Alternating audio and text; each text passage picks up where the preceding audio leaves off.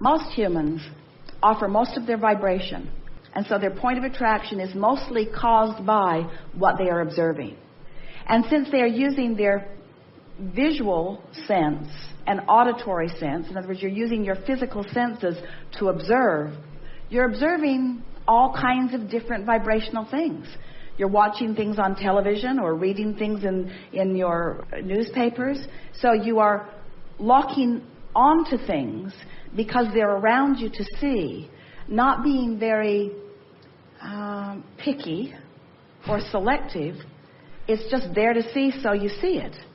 But when you begin to explore what's in your vortex, where it hasn't manifested yet, so there's no manifested car to see in your garage or no manifested lover to find in your bed, is a vibrational version of it, then sometimes, since it's easier to just observe than it is to subtly interpret the vibration, you just observe, which means you hold yourself in a mixed vibration. I like that, I don't like that, I want that, I don't want that. And so your point of attraction is scattered and bringing you more of all of that.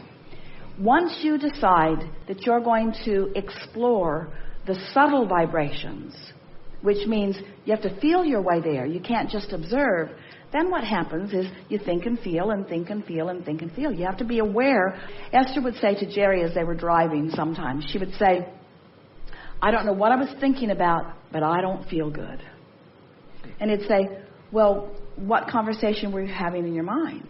And sometimes it would take her a little while to trace herself back to what it was that was bothering her. But there always is a vibrational root. And every time you are bothered by something, it always means the same thing. It means that what you've got active, which means something you're thinking about, is a different opinion than your inner being, who has an opinion on the same subject. Yeah. And if you can just remember that, but think about it. We just had this conversation a minute ago. It's really, really the next leading edge conversation that we're going to have in all of this.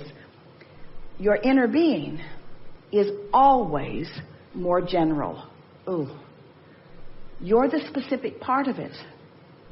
So your inner being is always more general. Now, stay there with us. You like that? Are you feeling the relief of that? Yeah. Your inner being is more general. Your inner being is focused upon what you want in a more general place. So you can always go back to that more central, more centered, more stable, more sure place, and then reach forward to be more specific again. And you can tell by the way you feel whether you're feeling your way in the direction of what you want. And then once the momentum starts happening, suddenly you come out of what feels like darkness because you're not using your eyes when you're feeling emotionally. And suddenly it all lights up and you know exactly what to do. You see it. The idea flows to you as clearly as it did in your dream when you were flying. Pure positive energy is like the cork up there floating on the surface of the water. Hold it under the water, that's what resistance is. But when you let go, it will float right back up again. So when you stop doing that thing, so don't try too hard. That's really what we're getting at. You're working too hard, and that's why we're trying to get you to go general. As you go general, you work less hard, you find that vibrational place.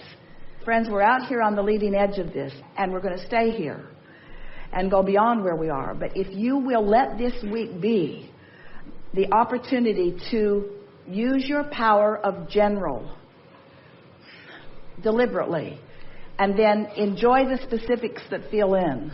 By the time you get off this ship, you'll have this. You will.